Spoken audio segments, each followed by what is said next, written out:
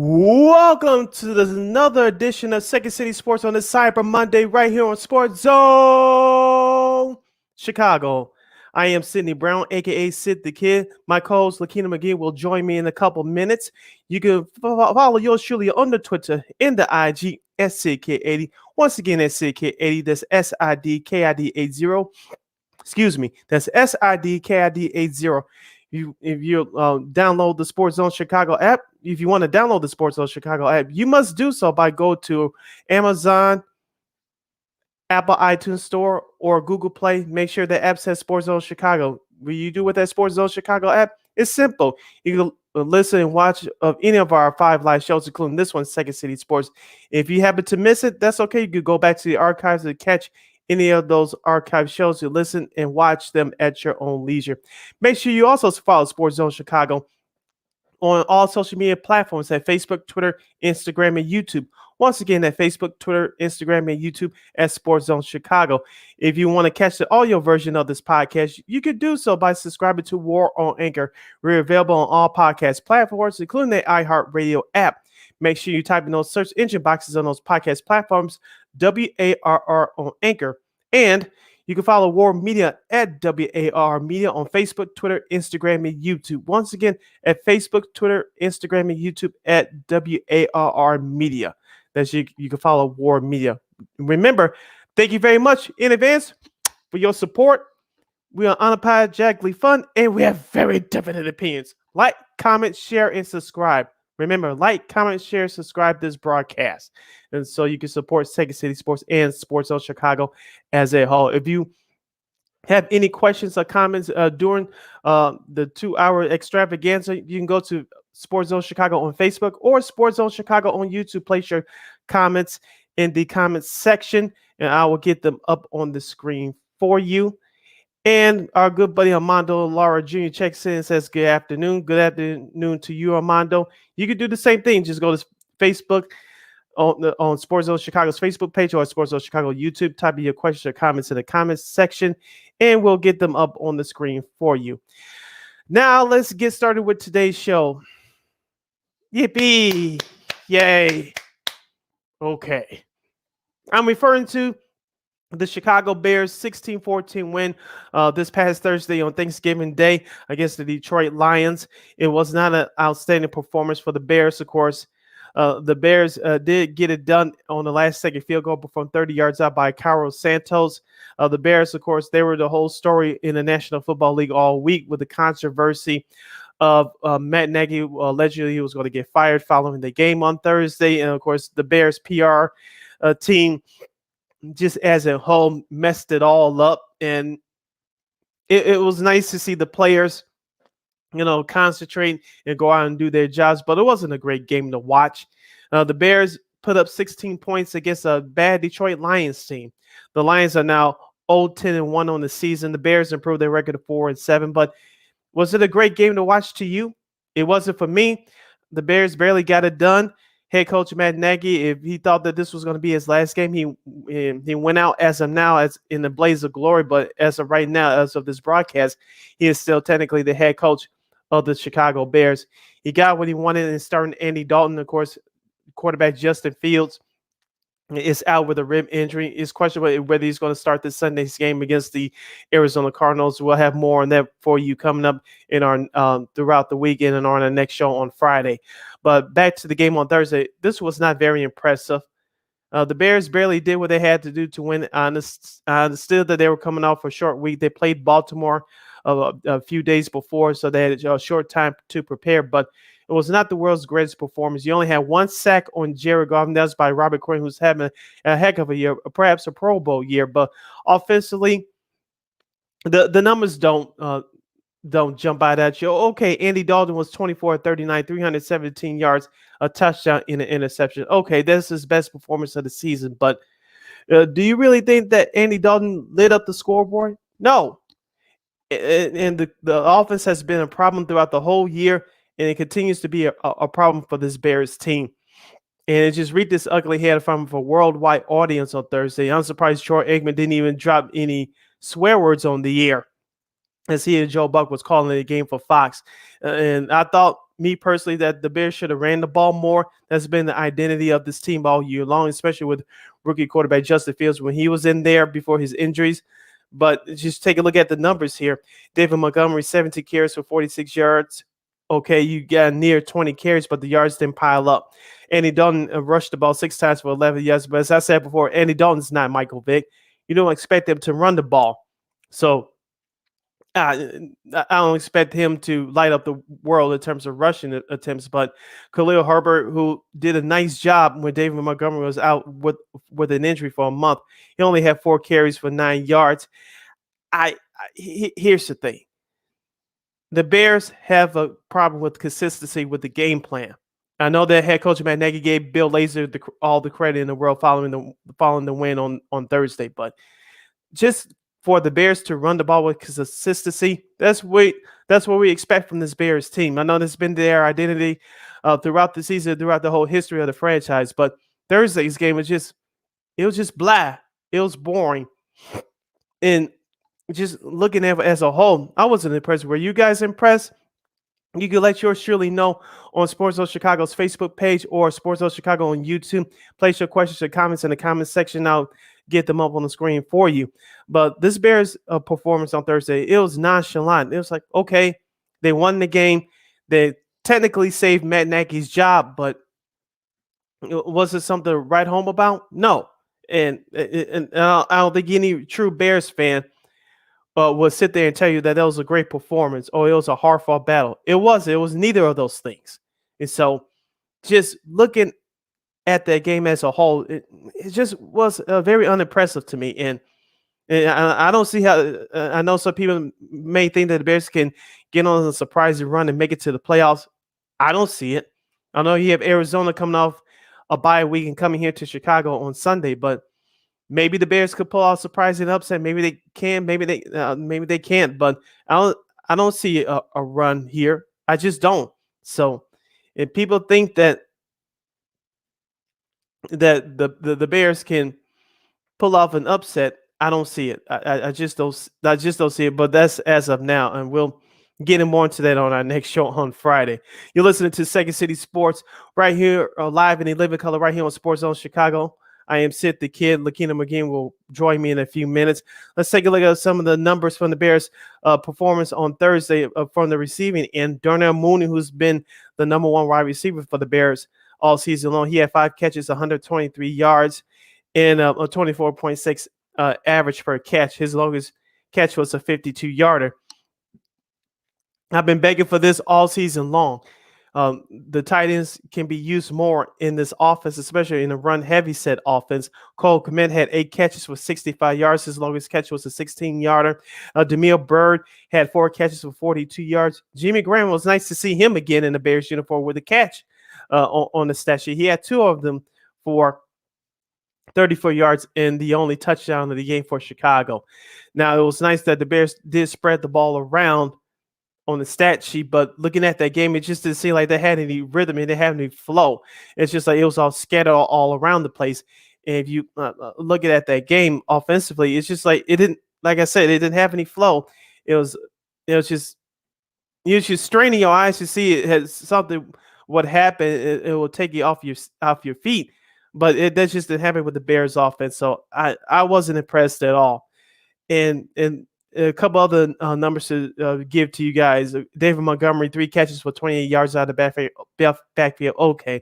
I always expect him to set the world on fire in terms of catching out of the backfield. But overall, the Bears, they did what they had to do. These numbers that I just gave you guys, they were unimpressive. Yes, Allen Robinson, their stud wide receiver, didn't play, but they just barely escaped Motown with a victory, and I just don't see this Bears team getting on a magical run and making a surprise run for the playoffs. They're a mediocre team at best, and I think that's what you're going to see throughout the rest of the season. They have 6 games left, and they have, as we said on the show for the last couple of weeks, it's all about the development of Justin Fields, and it's going to be an audition for those free agents at the end of the year, like Akeem Hicks and some of the other guys. Are you going to play in the NFL next year with the same team, or you're going to play in the NFL with another team. So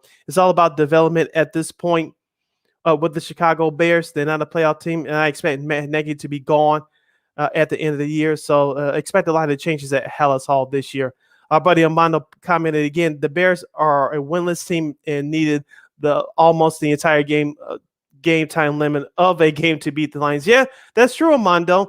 The way they handled the way they handled the last few minutes of that game, you thought they were going to score a touchdown there before milking the clock. I got the strategy there, but you could have pounded the ball in the end zone, put the pressure on the defense to stop the Lions, and they didn't do that. Of course, it worked out for them with the Carlos Santos last second field goal, but it's just that those last few minutes there, the game is just mind-boggling to me. Marno also says here on our on Facebook feed at Sports Zone Chicago, 0-6 the rest of the season. I wanted to bring up that point for you guys and bring a question up to you guys. We don't have a first round draft pick this coming draft because that belongs to the New York Giants thanks to the trade to draft Justin Fields. If you're a Bears fan right now, are you rooting for them to go 0-6 for the rest of the year? Or you're just looking at those games and say, hey, it's the development of Justin Fields. I want to get your guys' thoughts on that. You can go to Sports Zone Chicago on Facebook or Sports Zone Chicago on YouTube and type in your questions and your comments there in the comments section. Me personally, if they win, okay. But as I said before, it's all about the development of Justin Fields. And we'll see how Matt Nagy handles this. We assume that he's going to be the coach for the rest of the season. Of course, he knows that his fate as far as being a coach in this league is in his hands. Is in the hands of management. But wherever Matt Nagy does from here on out, he's auditioning for another, not head coaching job necessarily, but another assistant coach job. We assume from next year and forward. So Matt Nagy has to put on a great face to stay in the National Football League next year and forward. So for me personally, I think that it's all about the development of Justin Fields, and whoever gets playing time, both offensively and defensively, and some of the young guys you can elevate up. It's all about that development as you move towards the future on the field for the Chicago Bears. Now, as I mentioned before at the top of the show, Justin Fields is questionable for this week's game coming up against the Arizona Cardinals. If he's healthy enough to play, I will play him. He's the franchise quarterback. I know head coach Matt Nagy differs. He's going to tell you and me and everybody else that wants to listen that Andy Dalton had 315 yards passing, and he's his guy, and he feels that Andy Dalton gives him the best chance to win. But if Justin Fields is healthy, Justin Fields should play. Andy Dalton should be the backup. No question about it, hands down, because it's all about Justin Fields from this point forward. If Justin Fields is still injured, yes, Andy Dalton should get the start. But if Justin Fields is healthy, it's Justin Fields' job to lose from here on out to the end of the regular season. No doubt about it. Armando, our guy, again, comments on our Facebook page. I can never root for the Bears to lose, but I can't wait to see them win another game. I get it, Armando. It's tough.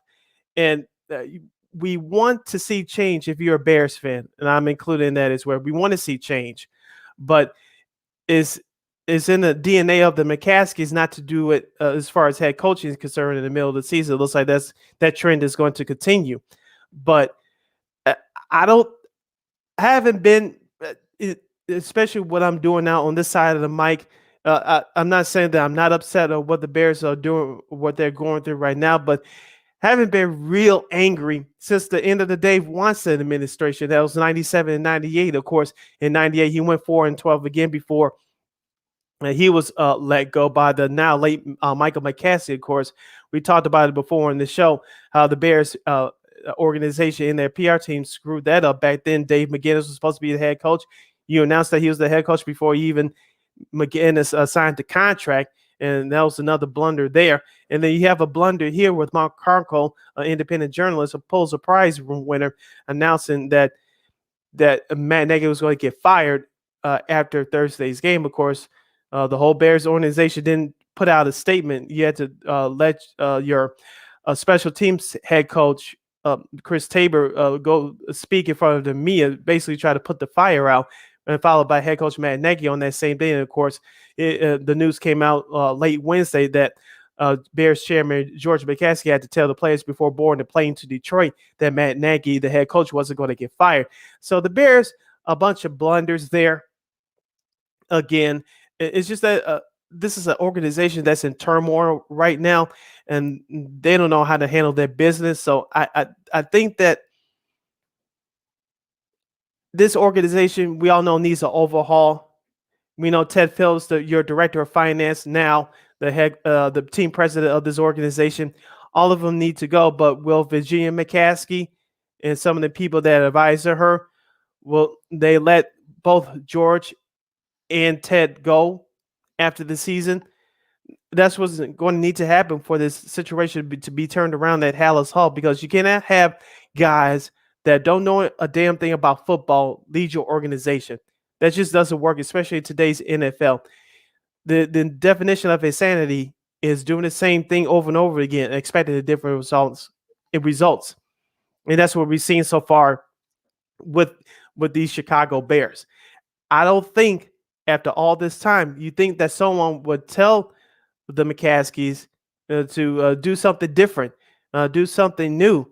They tried that with Mark Trestman. That didn't work. Yeah, Bruce Arians in the building, but for some reason you decided to pass on him. Remember Lovie Smith. They were lucky to get him. Remember, he wasn't their first choice. They wanted Nick Saban when ex-GM Jerry Angelo was running the show, and that didn't work out. So, and going back to the David McGinnis situation, they left up with Dick Duran, and he was their third or fourth choice after that whole fiasco. So the Bears had some self-reflection to do. They have some cleanup to do. We'll just see if they can do that for this upcoming off season. Armando, our buddy, again says on Facebook, the Chicago Bears thing so is no longer bear down. It's been the heel thing. So, yeah, I know you tell your age, Armando, but I couldn't agree with you more. And it's a circus clown show up there at Hallis Hall at One Football Drive. So we'll see if they can get the situation turned around.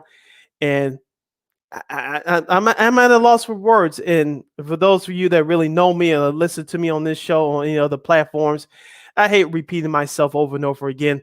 We know that this Bears organization is in ineptitude right now. You have people at important positions, they don't know what they're doing. And the one who's really escaping all this is GM Ryan Pace. Do we think after all this time that Ryan Pace knows what he's doing? I give him credit for drafting Justin Fields. Okay. And I think Justin Fields is going to be a good quarterback for this franchise, assuming that the white coaching staff is here for next year and beyond. But looking at Ryan Pace's record, his first round picks outside of Rocross Smith the last couple years has been failures. Now, his other draft picks, rounds 2 through 6, some of them have panned out. I'll give him credit for that. One that sticks out of me, David Montgomery, who was picked in the second round a couple years ago out of Iowa State. And of course, you could look at that, some of the other guys as well, Bilal Nichols and Eddie Goldman as well. But his first round picks haven't hit while he's been here. I believe he's in his 7th season at the helm now. Does he survive all this? At least publicly, he survived all this far. But will he survive this with keeping his job at the end of the season? We'll see what happens with that. So the Bears are in ineptitude right now. You have people in important positions that don't know what they're doing. And I just see that this thing isn't going anywhere until there's some self-reflection and there's some honesty in that self-reflection. Excuse me. You have to change some things if you're the Chicago Bears. My question is, and I said this then, I'll say it now. Will the McCaskies hire people that know what they're doing as far as football operations are concerned? Will you hire them? Don't meddle in their business and let them do what they need to do. Now, ex-personnel guy, Chris Ballard, who's now the GM with the Indianapolis Colts, he held the mirror to their face and they let him go. You don't think that Chris Ballard will have this roster different right now? I believe he will. Look what he's doing with the Indianapolis Colts. We'll get to them in the next break as they bailed the Tampa Bay Buccaneers down the wire. But look at the Indianapolis Colts. They've been competitive over the last 3-4 seasons after the retirement of Andrew Luck. You have head coach, former NFL quarterback Frank Reich there. He's been the right guy for the job. I know they had Josh McDaniels backed out at the last second, but they left over Frank Reich. They have a competitive roster. Look at what's happening with the Indianapolis Colts. I know they have Carson Wentz as their quarterback now, but the Indianapolis Colts, their roster is a whole lot better than the Chicago Bears. So GM Chris Ballard gets a thumbs up for me right now. I believe that if he was hired as GM, the roster would be better for the Chicago Bears. But as we see as another pattern that I want to talk about with you guys is that the McCaskies want people that could get along with them, and yes, people that could agree with them on everything. That's not how you win in the National Football League. As I said before, insanity is doing the same thing, expecting a different result. If you just want yes people, you're going to get mediocre results at best, and you're going to get disaster. Look what's happening right now. And I don't know how much longer can Bears fans take this. I know some people would say, well, fans need to stop going to the games. Okay. Don't forget the Bears get a big check from the National Football League every year because of the TV contracts. And so attendance, even though it is important, is not as important as it once was. So I'm not mad if the fans will stop showing up, but you guys know as well as I do, anybody that's lived in Chicago, still lives in Chicago, that's followed this franchise for a long time. The Bears season ticket holders, you still have a few that drop off every year, but you still have a list longer than both my arms, that people are waiting to jump on that list because that's a status symbol here in Chicago. Having Bears season tickets is a status symbol.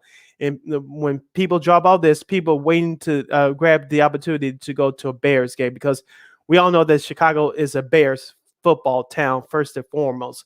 And for the fans that have suffered through all this losing, it's just embarrassing. Since 2010, you only had one playoff appearance, 2010, 2018. Okay, well, 3, 2010, 2018, and of course, last year, even though the season ended ugly for the Bears.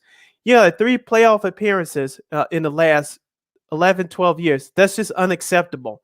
And some of the results that I ran down for you guys, if this was any organization, the people in charge would have been gone a long time ago. So there needs to be change. There needs to be an honest evaluation. And can and will the McCaskies get out of the way to let the right people do what they have to do? I don't know if I could trust them at this point. So we'll see what happens with the Chicago Bears. You're listening to Second City Sports on a Monday, Cyber Monday. I'm Sid the Kid. You can follow me on Twitter and IG at SidKid80. Once again, at SidKid80. That's SIDKID80. SIDKID80. And you can go to Sports Zone Chicago on Facebook or Sports Zone Chicago on YouTube. Place your questions or comments in the comment section. I'll get them up on the screen for you, and we'll go on from there. Our football power hour for Monday continues. On the flip side, we'll review the games that took place yesterday in Week 12 of the National Football League, and we'll give you a quick preview of tonight's Monday Night Football matchup between the Seattle Seahawks and the Washington Football Team.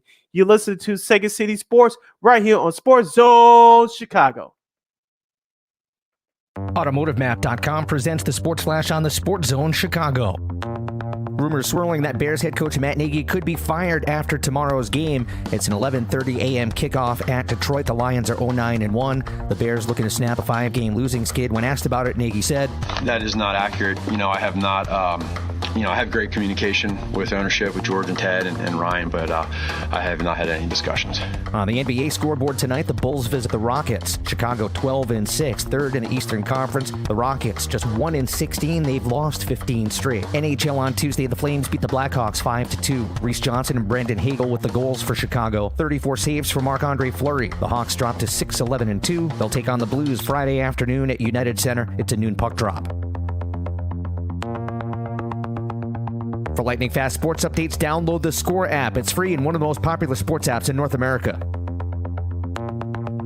I'm Chuck Sanders. That's the Sports Flash on the Sports Zone Chicago. O'Reilly. When you need auto parts, O'ReillyAuto.com is just a few clicks away. We offer convenient options for you to get your parts quickly. Order online and pick up for free at your local O'Reilly Auto Parts store. We'll even bring it out curbside. Or you can have your parts delivered right to your door with free shipping on most orders over $35. Visit O'ReillyAuto.com. O'Reilly Auto Parts. Finally, a bed that senses snoring and automatically responds. Meet the Ergo Smart Base from Tempur-Pedic, our first system that detects snoring, then automatically adjusts by raising the bed. Get your best sleep all night, every night. Now, save up to $500 on select adjustable mattress sets during the Tempur-Pedic Black Friday event. Get full offer details at TempurPedic.com.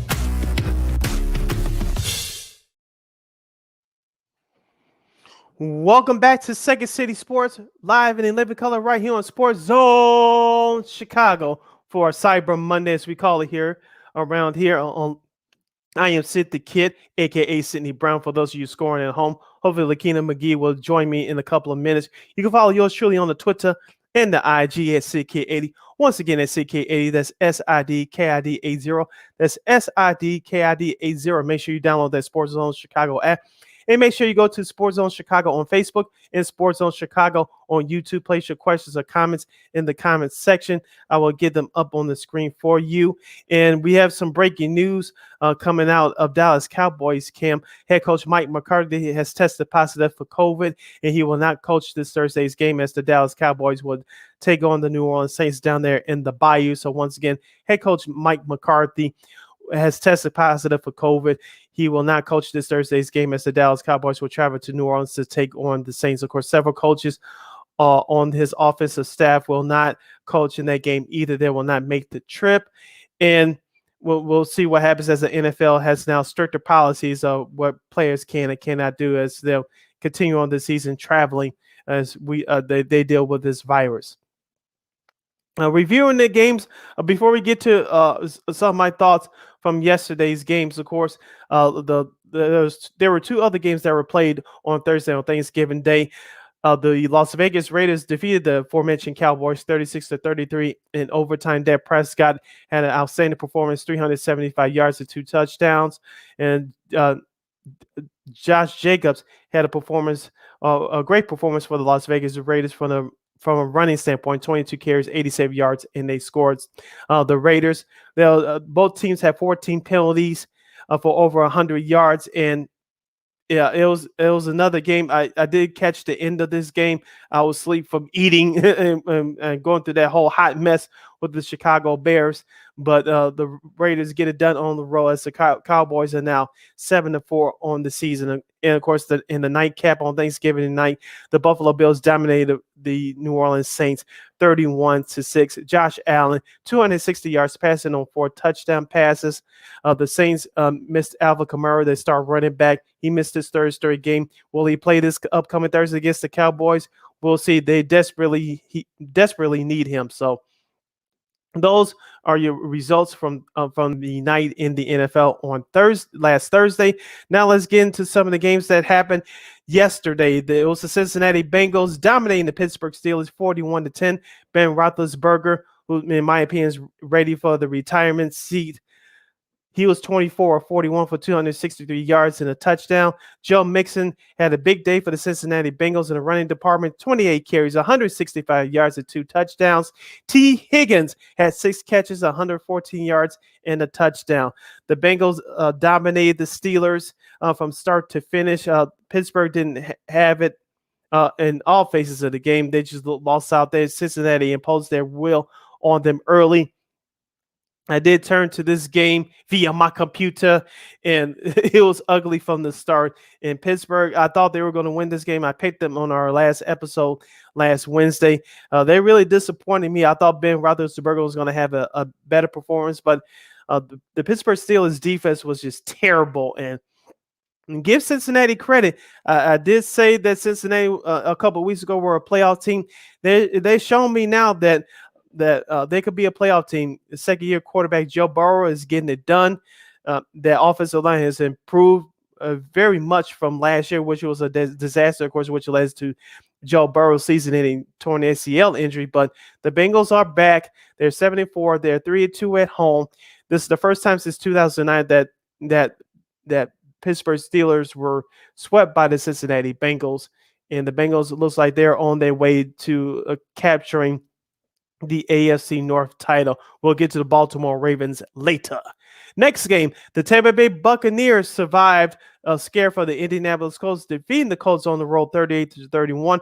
Carson Wentz had 306 yards passing, 3 touchdown passes, and 2 big interceptions. Leonard Fournette had his best day as a pro and the best day of his Tampa Bay Buccaneers career. He had 17 carries, 100 yards, and 3 rushing touchdowns. He also had 1 receiving touchdown as well. Rob Gronkowski made his return to the lineup with 7 catches and 123 yards.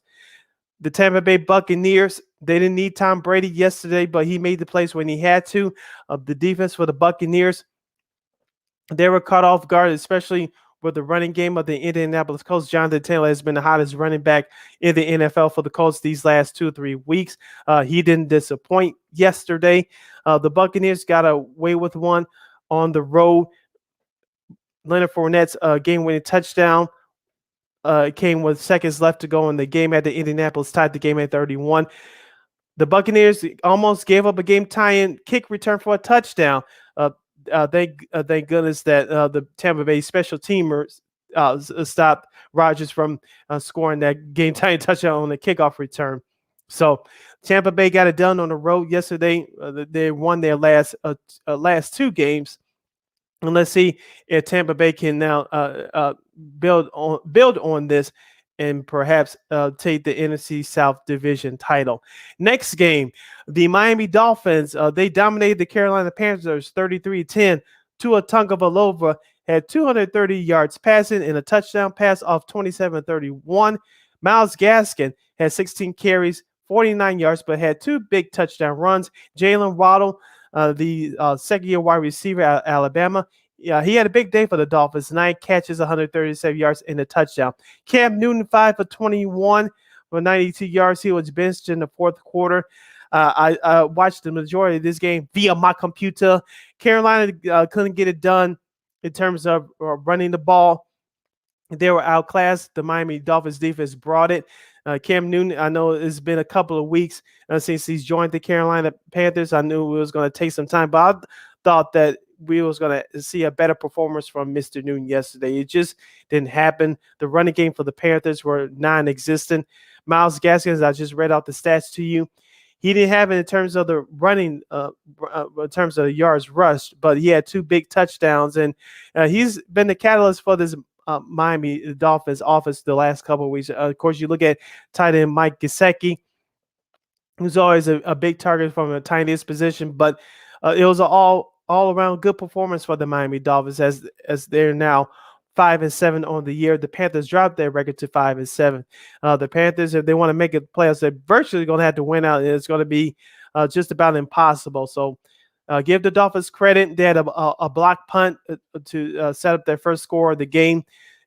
Special teams, people want to poo-poo it, but special teams always makes a difference in games, and it did yesterday, setting the tone for the Miami Dolphins. Let's go to Foxborough as the New England Patriots get it done against the Tennessee Titans 36-13. Both teams are now 8-4 on the season. Mac Jones continued to impress for the New England Patriots, the rookie quarterback out of Alabama, 23-32, 310 yards and 2 touchdown passes.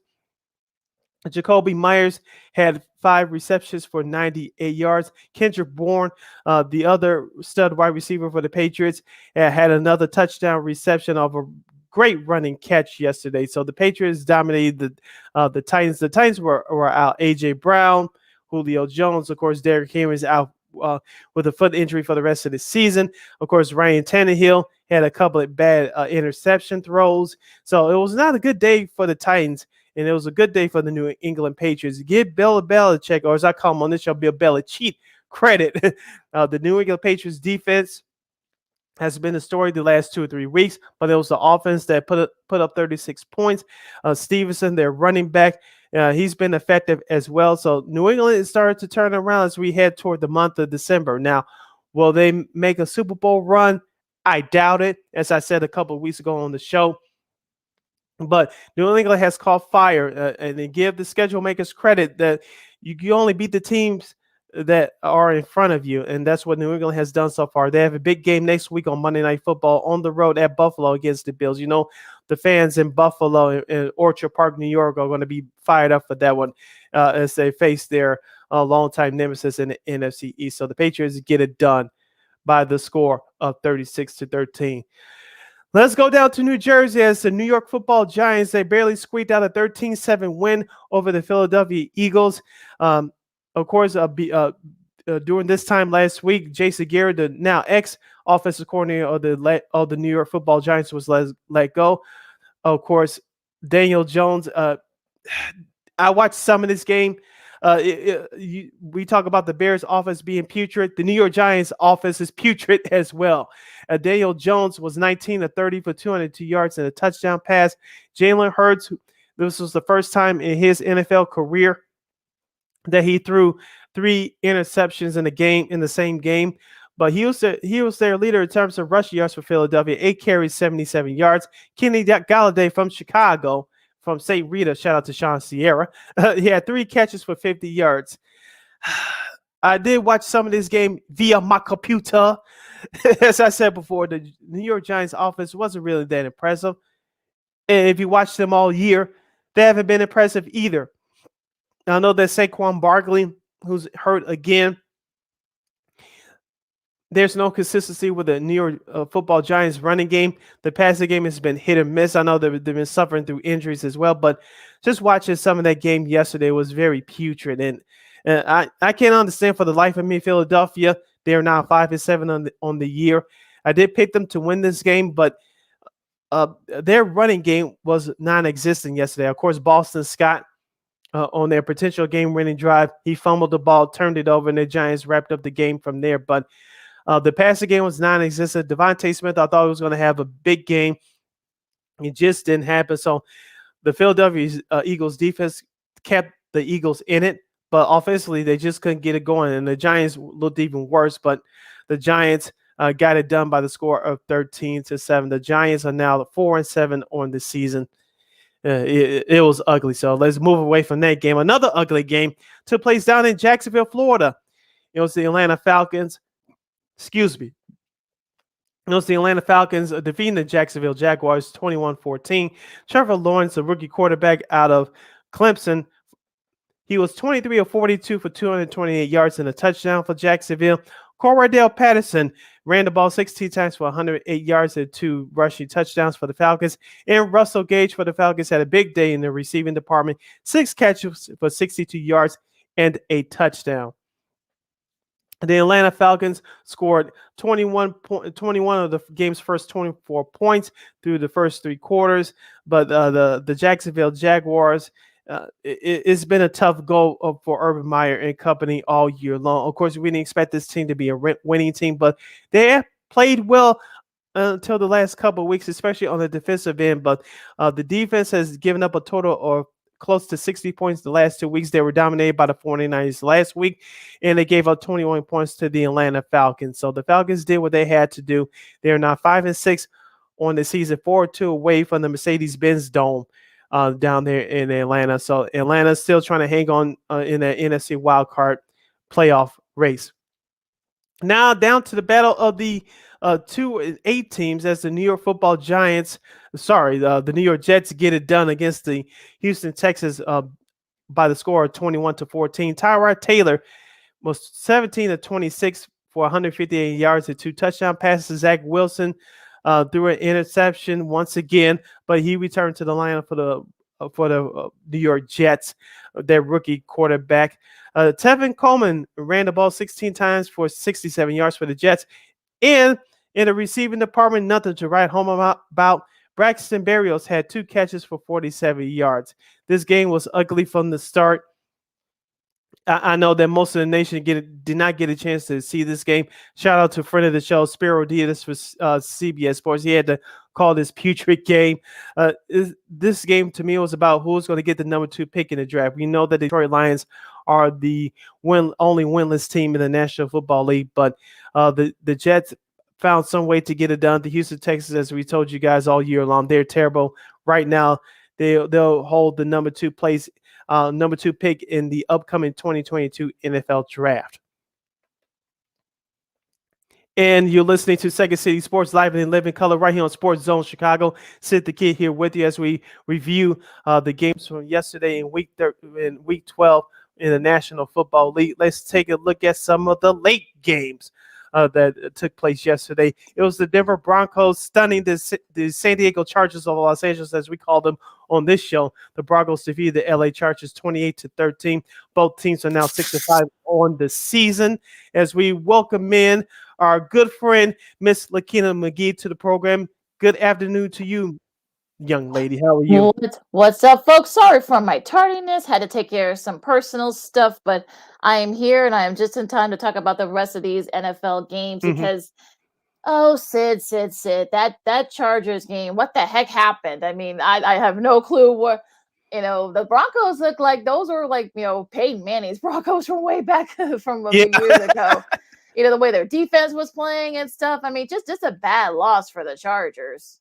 Yeah, taking a look at some of the numbers from that game yesterday. Justin Herbert for the Chargers was 28 of 44 for 300 yards and 2 touchdown passes.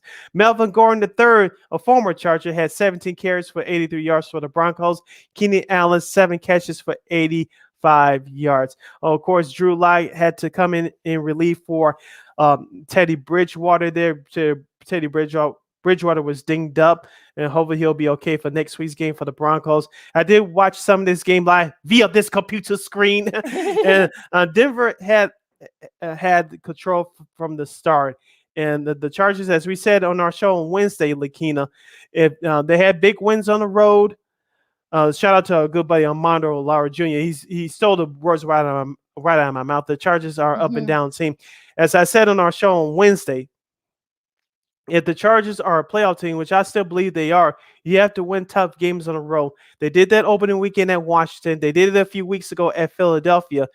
They couldn't get it done against their division rival Broncos. As I said on the show on Wednesday, Broncos picked up for the upset. This is the reason why. The Chargers are still a young team. The Broncos had home field advantage. They took advantage of that yesterday. Yeah, 3 sacks for the Chargers defense. Melvin Gordon had 83 rushing yards. Drew Lock was able to come in and relieve, like you said, with Teddy Bridgewater because he got a little bit banged up. Pat Surtain, just the second, had a pick 6. It's interesting because his dad, if you remember his dad, Pat Surtain Sr., his last career pick 6 was in Denver when he was playing for the Dolphins at the time, back in the early 2000s. So, definitely a familial sort of theme here. And, look, a nice win for the Broncos. I mean, look, they're 6-5 like the Chargers are. And look, that could, especially the tiebreakers, that could say a lot. And as I said earlier, the Raiders had a big win in Dallas on Thursday on Thanksgiving Day. We'll get your thoughts on the early games in a few minutes, but it's now a 3-way tie for second place in the AFC West. Of course, Kansas City leads that division, but with the Raiders winning big down there in Big D, it's a 3-way tie for second in the AFC West. No one expected that at this point of the season.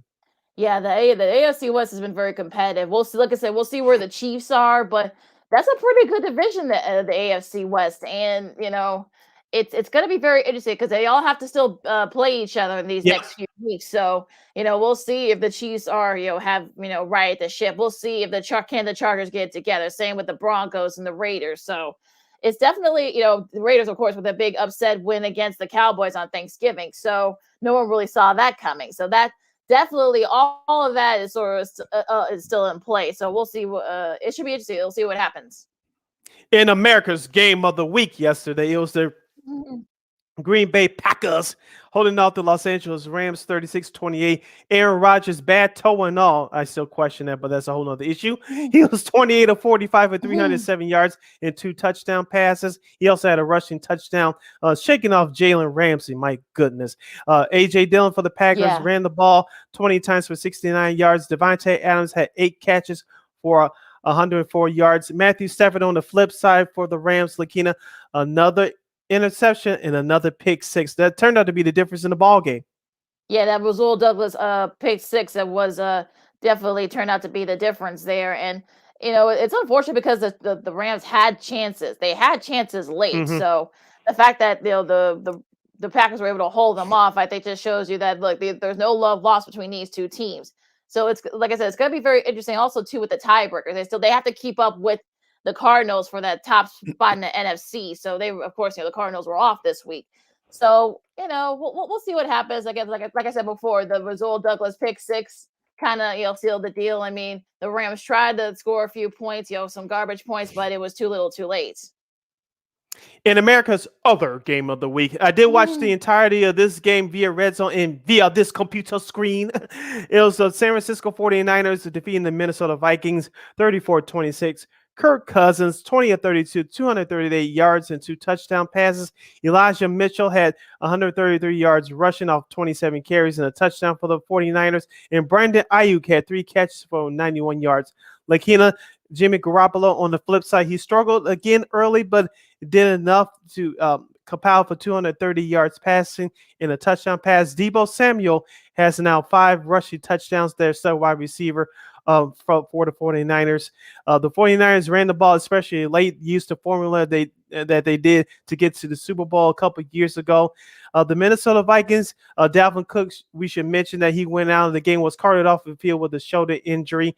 Hopefully everything's going well with him as far as that is concerned. The Vikings had a kickoff return for a touchdown as well, which kept them in it. But the 49ers did what they had to do using the 2019 formula to take down the Vikings now. The 49ers have been on the roll lately. They are now 6-5, while the Vikings are now 5-6. Yeah, bad loss for the Vikings, but also a nice loss for the 49ers. They're still within reach of the playoffs, those wild card spots. Deebo Samuel, became the third NFL player in history with 1,000 receiving yards, 5 receiving touchdowns, and 5 rushing touchdowns in the same season, joining the likes of Marshall Faulk and Roger Craig. That's not a bad list. So as far as the Vikings are concerned, this was a bad loss for them. They needed this win, and they really wish they could have gotten this win in order to kind of keep up in the wild card slot. And did you talk about some people are saying that the Bears still have an outside shot because apparently they're like a game out of that last wild card spot? I mean, folks, let's slow down here, okay? And in Sunday Night Football, it was the Baltimore Ravens outlasting the Cleveland Browns 16-10. Lamar Jackson for the Ravens had 4 interceptions, but he survived it by running the ball 17 times for 68 yards. Baker Mayfield on the flip side for Cleveland, 18 of 37, 247 yards and a touchdown. Jarvis Landry for Cleveland had 6 catches for 111 yards. Tight end David Njoku for Cleveland had the only touchdown catch for the Browns. Lakeena, Baltimore didn't look that great. Cleveland looked worse. But Cleveland's defense, which kept the Browns in the game, as I've mentioned before, interceptions thrown by Mr. Jackson. I am for real. but Baltimore did enough to survive. I'm not saying that they're the best team in the AFC. I know they have that record, have that title record-wise, but they didn't look that great yesterday, but they did enough to get it done. They survived a big scare from Mr. Lamar Jackson's bad night. It was one of those games where it's not going to win any awards. Those games, so for one of the ugly games of the season award, they'll win that. Yeah. I mean, 3 interception, first half interceptions. The fact that they only scored, I think, 3 points.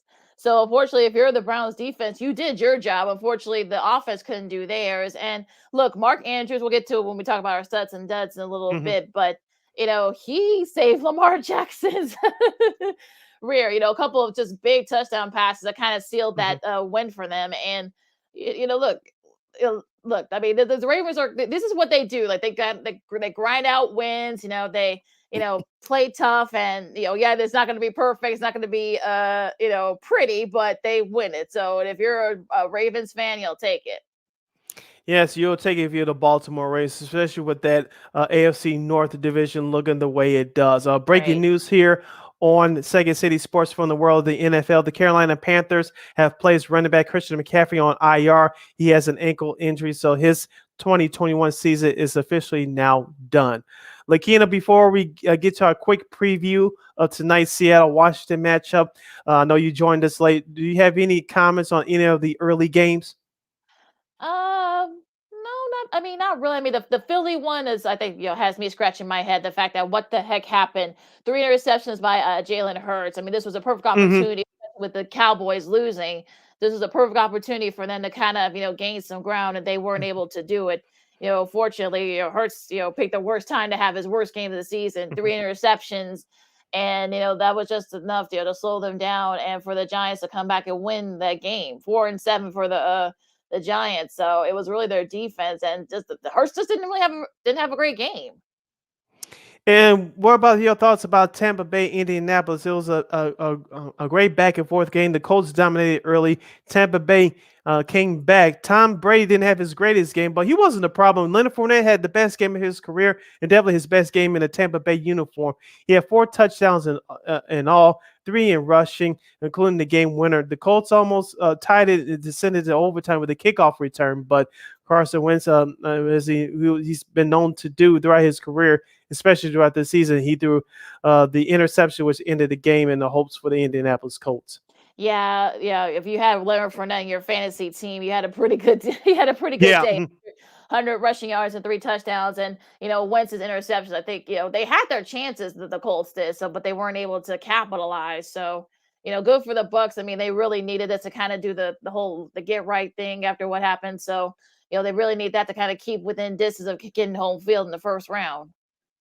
Yeah, I talked about the Panthers and Dolphins game. I watched the majority of that game live via my computer. Cam Newton was benched, and the Dolphins set the tone, especially with that punt block early Hmm. and off and running. They went, and of course, Cincinnati dominated Pittsburgh. Lakina, I thought we were in agreement that we thought that Pittsburgh was going to have a better performance, especially after losing to Cincinnati early in the year. As Right. I said before a few weeks ago, Lakina, even though I didn't pick them to go to the playoffs before the season started, looks like Cincinnati's on the way to be in the playoff team at 7-4. They really dominated the Steelers yesterday, and this is the first time since 2009 that the Bengals swept this season series from Pittsburgh.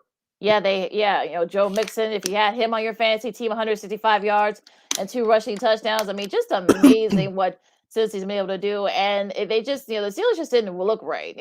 You thought that Mhm. maybe they would have a better performance, especially against a team that they probably wanted to get revenge on since they beat them early a few weeks back in Heinz Field, but that turned out not to be the case. So, good for Cincy, and hopefully they can keep it up. All right, your studs and duds from week 12 My from studs and yesterday. does. Okay, well, all week 12 because we're also counting the Yeah. Thanksgiving Day games. The Raiders. My number one. I mean, the fact that they were able to kind of stay with the Cowboys, able to steal a win at AT&T Stadium, I think was huge. Derek Carr had a touchdown pass. Josh Jacobs had a touchdown run, and it was really sort of like they kind of grinded out those types of wins, and this is sort of what been their bread and butter these last few weeks. So they're 6-5 right now. Like you said, they're still right there within Mhm. striking distance in the AFC West. My second stud, let me see here. I'll say Leonard Fournette because he had 3 touchdown passes and Mhm. the touchdown runs, I should say, to help Tampa Bay hold off the Colts. And I want to give my last one to Mark Andrews. Had a couple of crazy Yeah. catches, to help save kind of Lamar Jackson, from that 4 interceptions, I should say, performance. So that's that was big for Baltimore as well. And I'll say my bonus stud, I'll say Denver. I mean, that was a great team win, and the fact that they were able to upset the Chargers. I mean, just a huge to keep this up with the striking of the playoffs. My 3 studs quickly are, and this goes from Thursday's game, quarterback Josh Allen from Buffalo, 4 touchdown passes to Miami Dolphins, special teams from yesterday. And I'll give a kind one for my third one to rookie quarterback Mac Jones from New England. Hmm. Okay, yeah, good one, good one. This is 4 or 5 in a row for the Patriots. So Yep, now they're 8-4 in the season. As I mentioned before at the top of the segment, they have a big game next week in Buffalo on Monday yep, Night Football. can't wait to talk about that later this week. My duds, the Lions, a six, almost 7 minute Shocking. drive. You had it right there. You had the win right there at your grass, and then you let the Bears. You let the Bears off the hook with a 7 minutes final drive, you 18 called, plays. yeah, you called 2 timeouts for back-to-back for no reason. You could have saved yourself a little bit of time, but then, you look what happened. So, Cairo Santos game winner. So, Lions, you're a dud. Chargers, I don't know what's been going on with you guys. Our buddy Spiro D has been touting you guys. Another bad showing. It was just, Herbert had his struggles. There were some drops as well. So unfortunately for the Chargers, they had a, they just couldn't get it going against the Broncos and Cleveland. I'll say the Cleveland offense, because their defense did get a bonus stud for me. He only scored like 3 points off the 3 first round interceptions for Lamar Jackson. You couldn't get it together. Come on, Cleveland. You gotta do, if you want to be taken seriously in the AFC, you gotta do better than that. My 3 duds: the Pittsburgh Steelers, the Carolina Panthers, and the whole Eagles-Giants game. As I said before you joined us, Lakeena, I did watch some of that game yesterday via this computer screen. Shout out to Adam Amin, Bulls TV announcer, who called that game for Fox yesterday. That was a terrible game to watch. And like I said, the Giants' offense is terrible. I know they made a coordinator change with Jason Garrett being given the boot. That was terrible. So those are my 3 duds. Of course, coming up tonight, we have the Monday Night Football game wrapping up Week 12. It's the Seattle Seahawks at 3-7, traveling to our nation's capital to take on the Washington Football Team. They're 4-6. Taylor Heineke has been one of the best underrated quarterbacks in the National Football League. He has 15 touchdown passes on the season. Antonio Gibson has 601 rushing yards and 5 touchdowns for the Washington Football Team. Terry McLaurin, the stud wide receiver, has 5 touchdowns off of 54 catches and 735 yards total. On the flip side, you have Russell Wilson. This, I believe, will be his 3rd game back from his apparent finger injury. He has not looked good in these last couple of weeks. The Washington Football Team is missing Chase Young, their stud defensive end, with the torn ACL, which he suffered a couple of weeks ago, but their defense has stepped up. On the flip side, for the Seattle Seahawks, they got to find a consistent running game. I don't know if they're going to do that tonight. It won't surprise me if they did, but as I said on Wednesday, I'm picking Washington to win this one.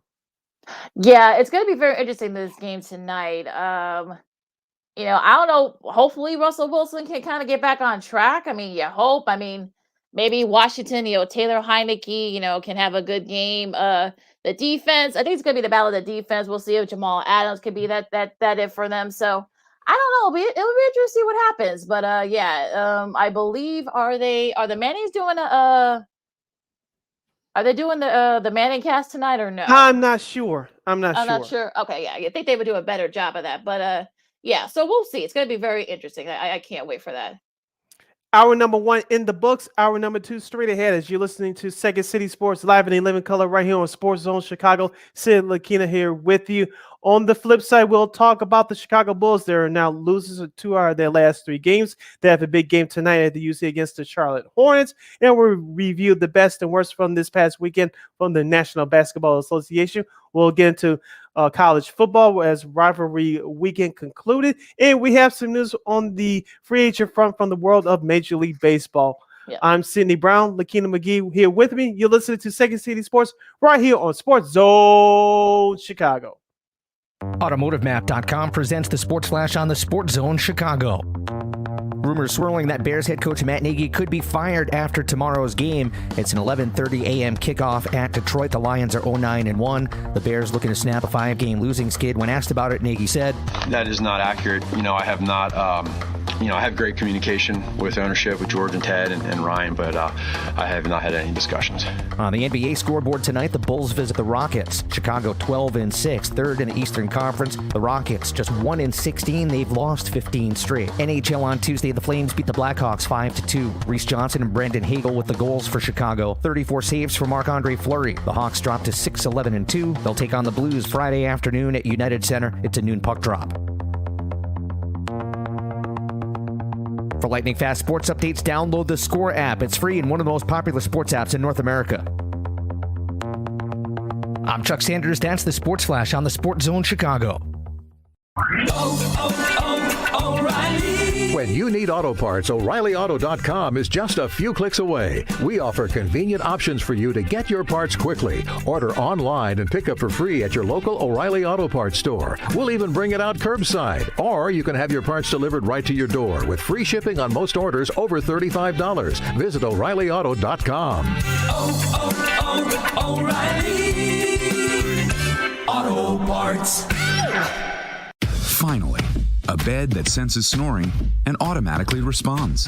Meet the Ergo Smart Base from Tempur-Pedic, our first system that detects snoring, then automatically adjusts by raising the bed. Get your best sleep all night, every night. Now, save up to $500 on select adjustable mattress sets during the Tempur-Pedic Black Friday event. Get full offer details at TempurPedic.com.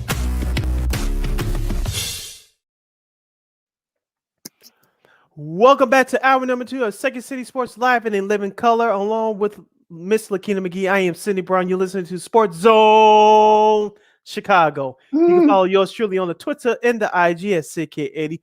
Once again, that's SidKid80. That's SIDKID80. SIDKID80.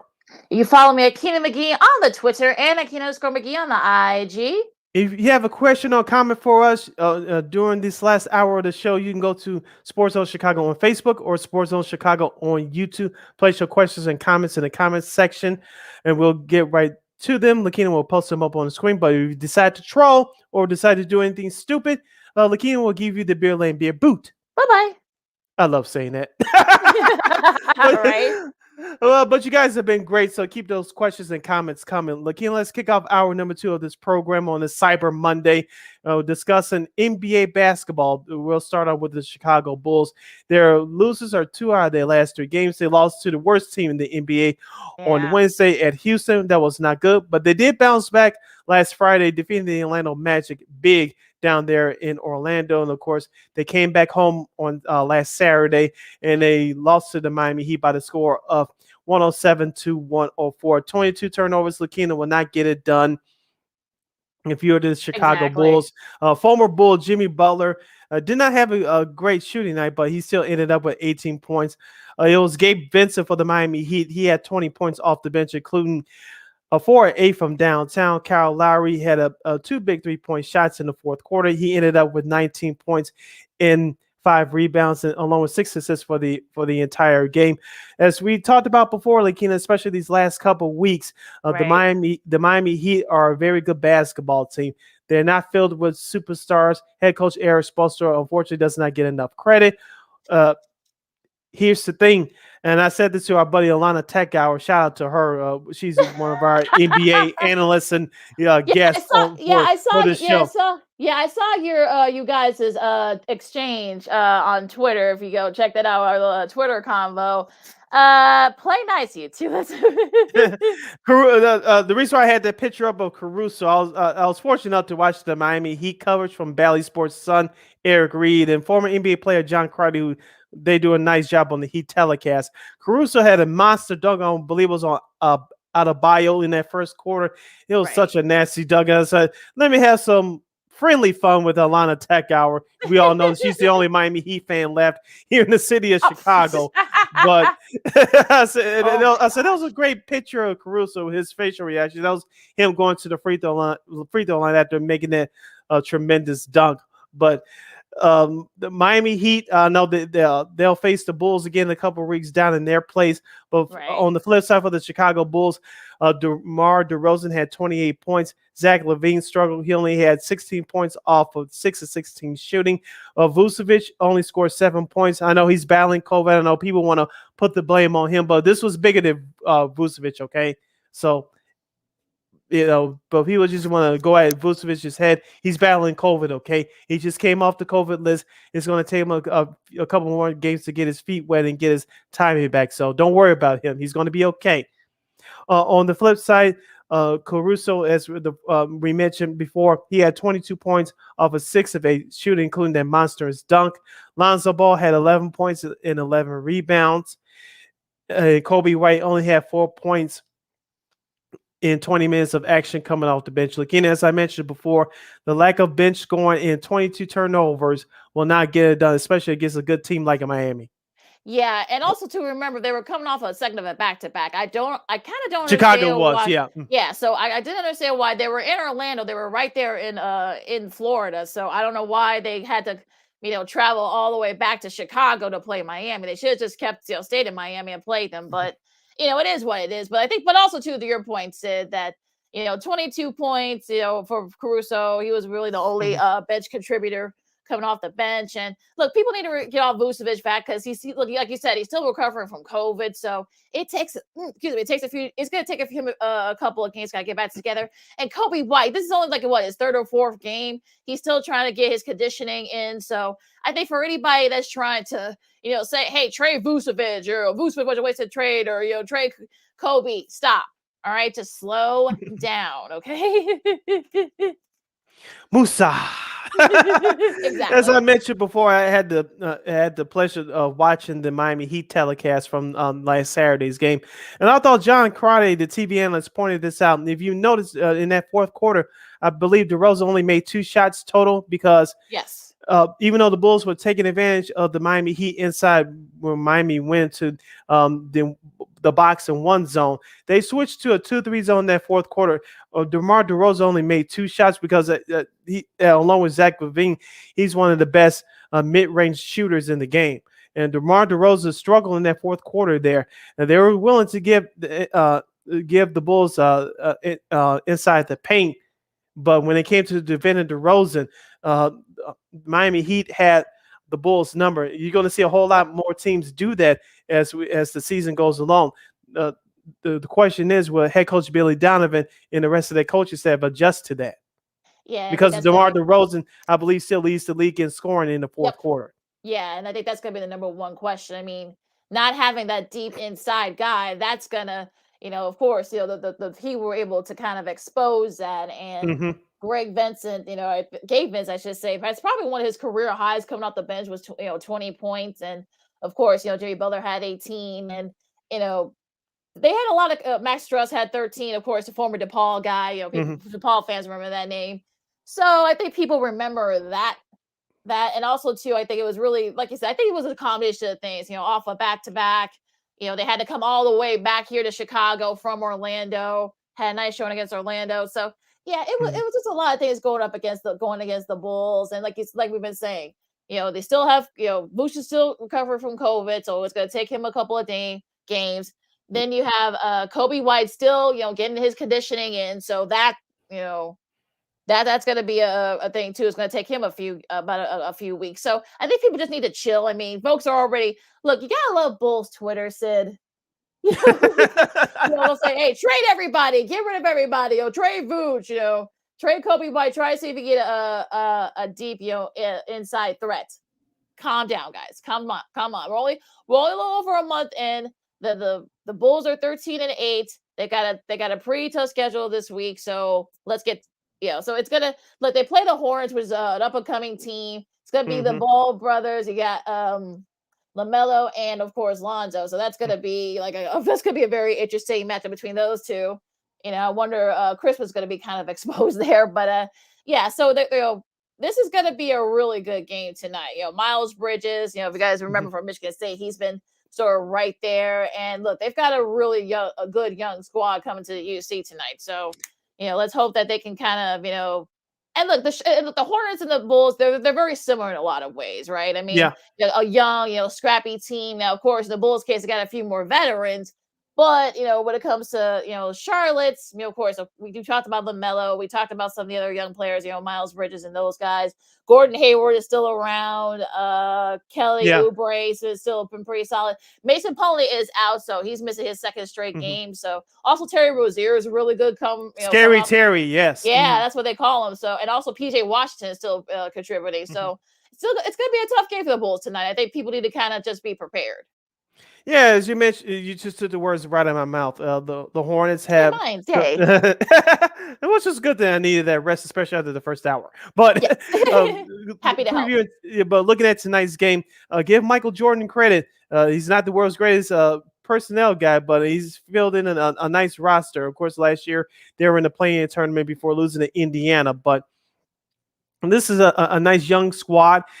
Like you said, they play very similar to the Chicago Bulls. They have a nice outside shooting. They can get up and down the floor. This is definitely going to be a track meet tonight, and I'll be surprised if it isn't. Of course, the pressure is on the Bulls. They're favored by 4.5, even though that's beside the point. But I Right. expect the Bulls to have a better effort. They want to get this bad taste out of their mouth, especially they were right there against the Miami Heat on Yep. Saturday. And it's going to be interesting how the Bulls come out tonight. And I want to see them get it done on the defensive end. There's something that they struggled with, especially in their last couple of games. They got it together against Orlando, but against Houston, against Miami, the defense for 48 minutes was not there. Let's see if they can turn it around tonight against Charlotte. Yeah, it should be a very entertaining game tonight in Charlotte, and it's at 7 o'clock at the UC. And I think look, that Charlotte team is really good. I mentioned a lot of the top players, both the younger players and the veteran players. So Michael Jordan's got a pretty good squad. I think, like you said, I mean, he's not like I said, he's not the best when it comes to personnel, but he knows how to pick them. He's got other people that are doing it for him. So Yeah, you mentioned that the Bulls have a tough schedule for the rest of the week. What's the remaining games after tonight? hold on a second here. This ain't taking about 100 years. They actually have a pretty light schedule. They don't play again until Saturday, so they play Brooklyn. So we know that's gonna be a very tough one. So yeah, they actually get after the Charlotte game. They actually get a few days off before they gotta play Brooklyn. So they'll Okay. be ready for KD and the gang. All right. And that's what you're And they listening also to. play, and they also New York too on Thursday. So that's the NBA TV game, of course, as we go through the schedule. But yeah, so Mhm. they do have a pretty good schedule out, this week. So I think All people should right. need to be a little bit patient. You're listening to Second City Sports as we talk Bulls and NBA live and in living color right here on Sports Zone Chicago. Sid Lakeena here with you. Lakeena, let's go to the best and worst from the weekend in the association. I'll start. The Atlanta Hawks suffer a couple of injuries Yeah. as they lose to the New York Knicks on Saturday, 99-90. As we mentioned, the Atlanta Hawks, after a tough start to the season, they started to catch fire, but they have a couple of key injuries to their roster, and they lost a tough one to the Knicks. Joel Embiid scored 42 points and it's returned off the COVID list. They lose to the Timberwolves 121-120 in two overtimes. I did check out some of that game. I think Philadelphia, they're going to get back on the roll, but it was a tough one to the lowly Timberwolves. The Cavaliers get it done against the Orlando Magic last Saturday, 105-92. Evan Mobley is good again. Darius Garland is very good. Well, will Cleveland hang in there to perhaps participating in the play-in tournament at the end of the season? You still have a long ways to go, but we talked about it before. That's a nice, good young squad. And I did get a chance to catch some of this game on Saturday night. It was the Washington Wizards over the Dallas Mavericks, 120-114. I think Washington, they may end up with the same record, perhaps a couple of wins better than a year ago, but this is a better balanced roster than it was last year when they had Russell Westbrook on it. Yeah, and also too, they're kind of coming back to earth a little bit, but they did have a couple of nice wins, so that show up a little Mhm. bit there. Best of worst for me is the Suns. They've won 16 in a row. Yeah. It looks like I think for Suns fans that were sort of wondering, is this what was them getting to the finals last year a fluke? If they're showing up, they had their struggles early on, but they're getting it together, including a really big win against Brooklyn over the weekend. So that was a nice win for them. I was actually able to check that game out. It's actually the third longest win streak in the NBA in previous after a previous NBA finals. Previous season NBA finals. I think only the 06-07 Mavs and the 13-14 Spurs, who have 19, are the top. So that's a nice thing. Hey, look, they're getting a lot of great contributions from everybody. So it's not just CP3, it's not just Devin Booker. It's a total team effort, and it just shows you what a great coach Monty Williams is. I know there's some stuff going on right now off the court that they can't control that, Mhm. but they're not. It's not affecting them on the court, so that's a good thing. And we also had to mention the Los Angeles Lakers. They split their weekend games. They lost to the Sacramento Kings on the Friday in three overtimes, 141-137. I did get a chance to watch the majority of that game. Sacramento they were missing two stars. De'Aaron Fox was a big player down the stretch, along with Buddy Hield, who got it going late in that second half. But the Lakers did come back to beat the Detroit Pistons last night by the score of 110, See, 106. 6. Thank you. 110, 106. My my screen was slow here on my phone, so but I did watch some of that game last night. So the Lakers looks like they're starting to get it together. LeBron James had a great performance last night. Anthony Davis is doing his thing down low. Russell Westbrook is actually starting to play with some control for once. And Malik Monk has been the most impressive Lakers player to me all these last couple of weeks or so. He had another great performance last night. Yeah, that was good to see, and also too, it's a nice bounce back win for the Lakers after losing that 3 Hmm. overtime third against the Kings.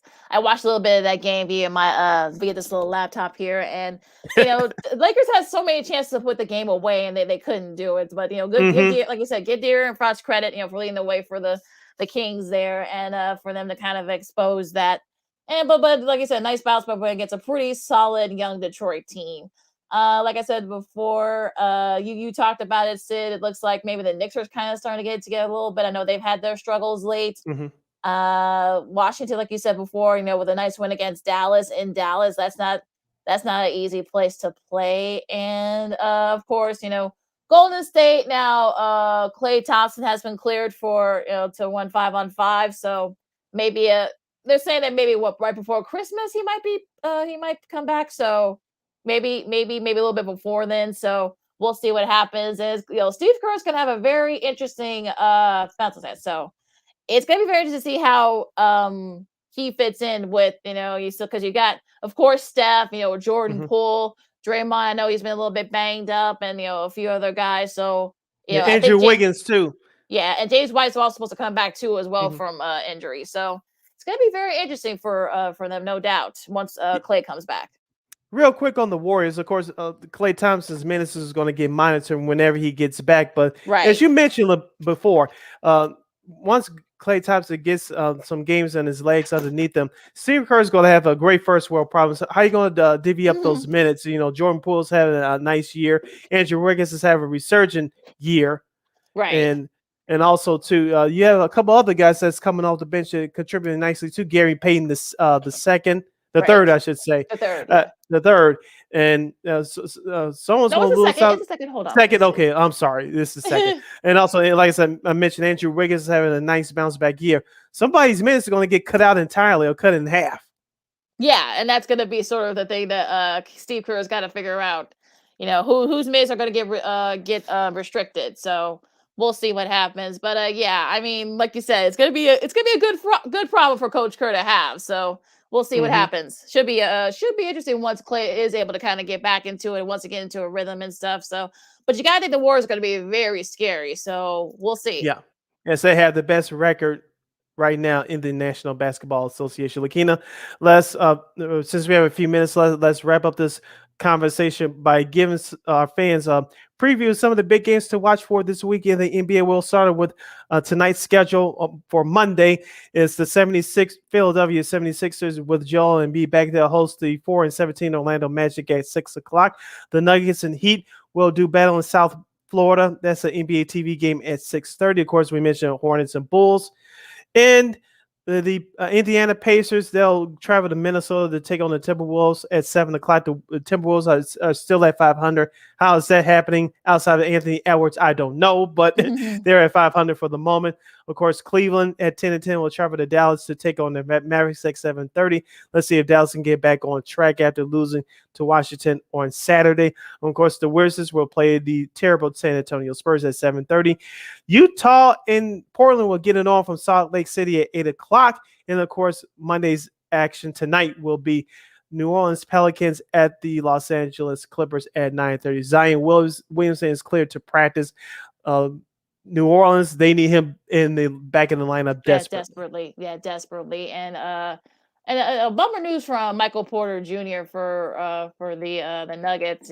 Yeah, I saw that earlier today. That was just a terrible. And he was actually having a good season for them. So Hmm. especially when now also too with Jokic still a little banged up. So it's gonna be. I'm glad he got his money. So that's a good thing. But for those of you who miss it, he's gonna have back surgery. So Hmm. he's gonna be out the rest of the season. Just a tough loss for the Nuggets because he's kind of been helping out to kind of keep everything kind of like in line. So especially with Jokic and also too when Murray's still out too. He might not be back till after the first of the year. So Yeah. We'll see how Denver responds. But there's a lot of talent there. But yeah, it's gonna everyone else needs to step up. Did you mention Portland and Utah already? Yeah. Mm-hmm. Okay, so let's go to Tuesday's games then. It could be a good one here, the first of the TNT doubleheader. You got the Knicks and Brooklyn. That should be a lot of fun.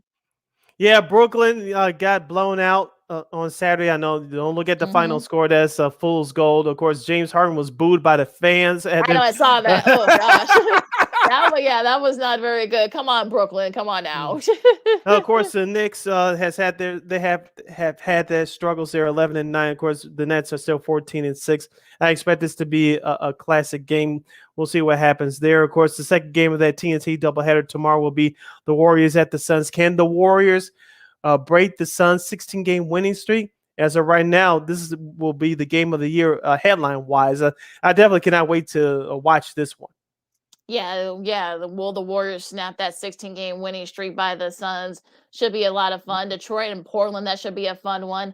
Also, too, the Lakers will try to get their revenge against the Kings. I think the Lakers will get their revenge. Of course, we mentioned the Friday loss by the Lakers in double overtime. Sacramento was playing without two starters. They're playing with a whole lot of passion and emotion.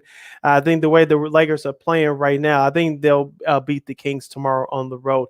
And of course, we got to mention as Memphis will travel to Toronto to take on the Raptors tomorrow night. John Morant will miss the next couple of weeks due to a knee injury. Thank goodness, no structural damage. Yeah, thank goodness. That was actually though that was like the one that everyone was praying for that Mhm. they didn't that it was no structural damage. Thank goodness it's not. He's only going to miss a couple of weeks. So if you'll take it. That's the best case scenario. If you're that's the best case scenario if you're the Grizzlies. So Mhm. hopefully they can someone they can kind of hold it down while he's out because they really are going to need him desperately. Philadelphia and Boston. That's the first of the NBA TV games. That should be a fun one in the East. Yeah, that's on Wednesday.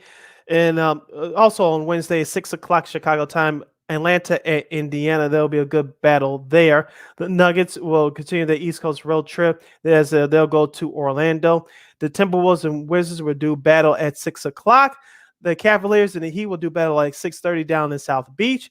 The Hornets and the Bucks at 7 o'clock. That should be a good one there in the Eastern Conference.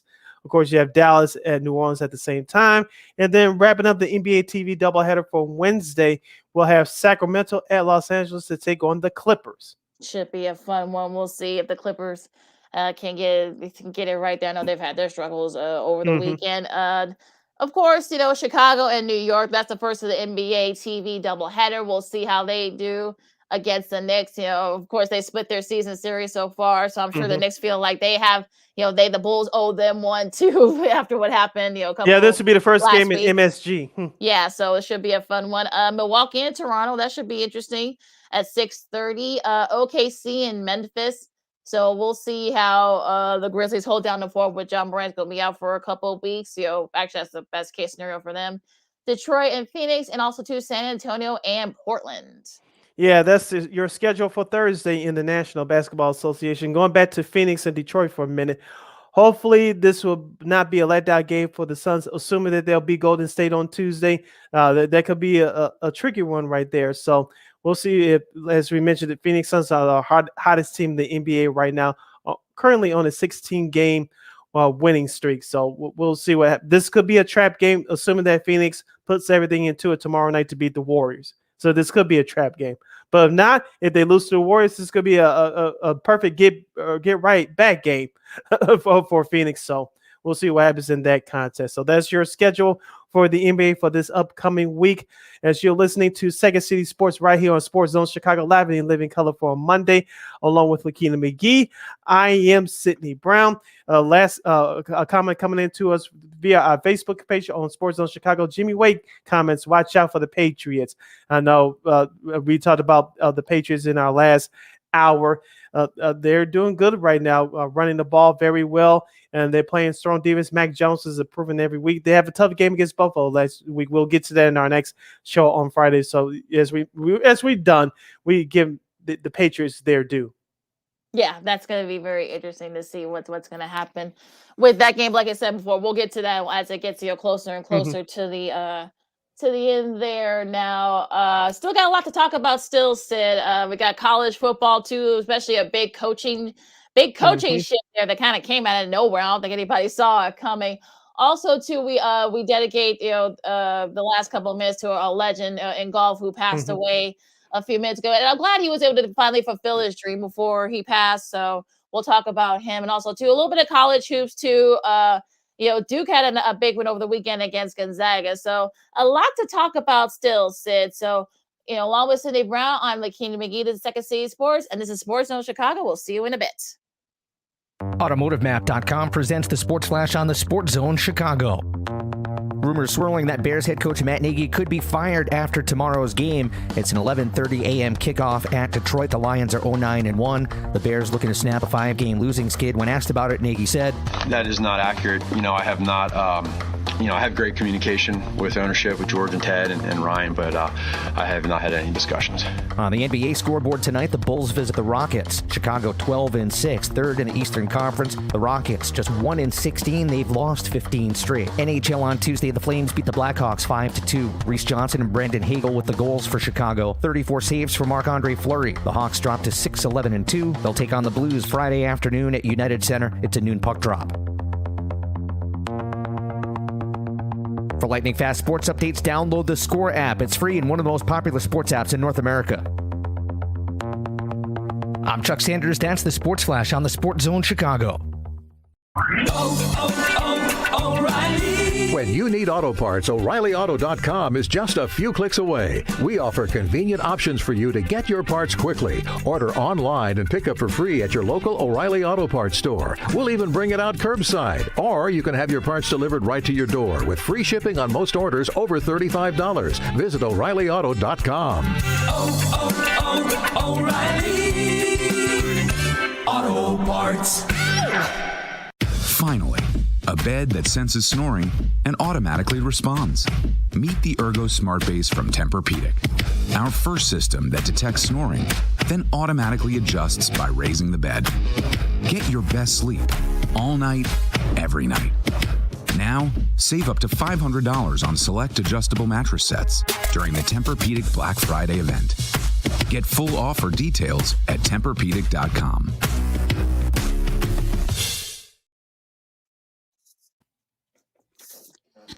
Welcome back to Second City Sports on the Cyber Monday, right here on Sports Zone Chicago. Real live and in living color. Last segment of the day, last segment of the show. Sydney Brown, Lakeena McGee here with you. Lakeena, first, if you want to comment or have a question for us during the last half hour of the show, you can go to Sports Zone Chicago on Facebook or Sports Zone Chicago on YouTube. Place your questions or comments in the comment section. Lakeena will get them up on the screen for you. Lakeena, we'll go through some of the key games from last Saturday in college football. It was rivalry weekend, and I want to dig into this game for a couple minutes. Yeah, Michigan Wolverines, they finally get it done. The first time that head coach Jim Harbaugh has defeated the Ohio State Buckeyes. It was number 5 Michigan upending number 2 Ohio State 42-27. CJ Stroud was 34-49 for 394 yards and 2 touchdown passes for the Buckeyes. Hassan Haskins was the man for the Wolverines. 28 carries, 169 yards and 5 touchdowns. Lakeena, it was the offensive line for Michigan that set the tone for the whole game. Defensively, they got out after Stroud, as I told you on Wednesday they were going to do, and they did that especially early. But it was the running game for Michigan that got it done. The offensive line for the Wolverines, give them a 2 thumbs up. They did a great job. Ohio State couldn't get it going early. They started to have some momentum towards halftime there and a little bit in the third quarter, but Michigan kept their foot on the pedal, and they got it done in the big house. Yeah, and also to our buddy Jimmy saying Hutchinson. Yes, Aiden Hutchinson, who I believe his dad was. I think he was like 3-0 or 2-1 when he was playing in Michigan in the '90s. I know he was a captain of the '92 team that went to the Rose Bowl. So he had like 3 sacks, I think. So he was huge for them. And also too, like you said, Hassan Haskins had 5 touchdowns. Rushing touchdowns. That's the most that anybody, either of Ohio State running back or Michigan running back. And look at the history of all those, great running backs from both schools. both team, the fact that he's the first to do it, I think that's just incredible. Here are just some of the streaks that were snapped. Some Ohio State, okay, 29 straight games against Big Ten teams, 20 straight wins in conference play. Ryan Day's perfect, record against Big Ten opponents. He was 25-0 prior. 21 straight wins against AP top 10 teams, Big Ten teams, I should say, and an 8-game winning streak against the Wolverines. It was actually the first time that Michigan has beaten Ohio State. You got to go all the way back to when Darnard Robinson was the quarterback 10 years ago. That's how long has it been since? Yeah. That's how long it's been since Michigan has beaten Ohio State. So there have been like a lot of coaches. So it hasn't been just a Harbaugh issue. It's been kind of like a Michigan issue, and the fact that they got to get back to focus here because they got to play Iowa in the Big Ten championship game on Saturday. So, and of course they got that. The Hawkeyes got their Wisconsin blowing it against. We'll get to that in a minute. Yeah, right. But it was just it's a great for Michigan. I know they're still they're still rocking up there in Ann Arbor. And I want to ask you, Lakeena, as we'll get into Alabama and Auburn in just a second, but for Ohio State, does this take them out of the national championship, conversation, or do you think they're hanging on by the thread? It's all going to depend on what happens in some of those conference championship games this weekend. I think that's really going to be the key here. Yeah, speaking of championship Saturday, keep it here on Sports Zone Chicago, right here on Second City Sports. We'll give you a comprehensive preview for Championship Saturday. That's in our next episode coming up this Friday. You, of course, listen to Second City Sports every Monday and Friday from noon to 2 p.m. Chicago time, right here on Sports Zone Chicago. Lakeena, let's get to the SEC action from Saturday. It was number 3 Alabama defeating Auburn 24-22 in overtime. Lakeena, I did catch the end of this game. Alabama, they were held scoreless through the first 3 quarters. They tied the game late. Auburn, as we talked about all season, they've been inconsistent. It wreaked its ugly head on Saturday. Alabama, in my mind, Lakeena, as they were driving down, I kind of had this feeling that they were going to tie the game. But before then, I was running through the back of my mind, because at that time I counted a loss for Alabama for this game. Of course, they proved me and everybody else wrong, but everybody talks about a 2-loss team getting into the college football playoff. And I said before they tied the game, I said Alabama, assuming that they would lose this game to Auburn, they were going to beat Georgia in the SEC title game. That's 3 losses, and there's no 3-loss team that's ever been to the college football playoff. But they proved me wrong along with everybody else. They get it done by 2 points. And now they have some momentum going into the SEC title game in Atlanta against Georgia.